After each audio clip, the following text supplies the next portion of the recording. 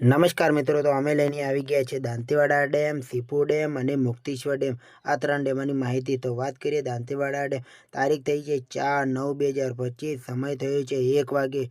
તો બનાસકાંઠાનો જીવાદોરી ગણાતો દાંતીવાડા ડેમ આપણને ભરાતો લાગે એવું લાગી રહ્યું છે, કારણ કે મોડી રાતે સારો વરસાદ થયો છે ઉપરવાસમાં બનાસકાંઠામાં। તો અંબાજી, દાંતા અને દાંતીવાડા પણ વરસાદ થયેલો છે। તો હજી આવકની વાત કરીએ તો 1340 ક્યુસેક પાણીની આવક ચાલુ છે, અને સપાટીની વાત કરીએ તો 584.45ની સપાટી પાણી પહોંચી ગઈ છે મિત્રો। અને ભયજનક સપાટીની વાત કરીએ તો 704 છે મિત્રો। આ છે દાંતીવાડા ડેમની સપાટી। હવે ટૂંક જ સમયમાં આપણો દાંતીવાડા ડેમ ભરાતો લાગે એવું લાગી રહ્યું છે। હવે વાત કરીએ સીપુ ડેમ, તો સીપુ ડેમમાં આવક નીલ છે, અને સપાટીની વાત કરીએ તો 581.3ની સપાટી પાણી પહોંચી ગઈ છે મિત્રો।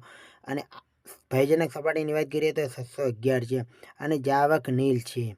આ છે સીપુ ડેમના સમાચાર। હવે વાત કરીએ મુક્તેશ્વર ડેમની, તો મુક્તેશ્વર ડેમની વાત કરીએ તો 715 ક્યુસેક પાણીની આવક ચાલુ છે, અને સપાટીની વાત કરીએ તો 659.74ની સપાટી પાણી પહોંચી ગઈ છે।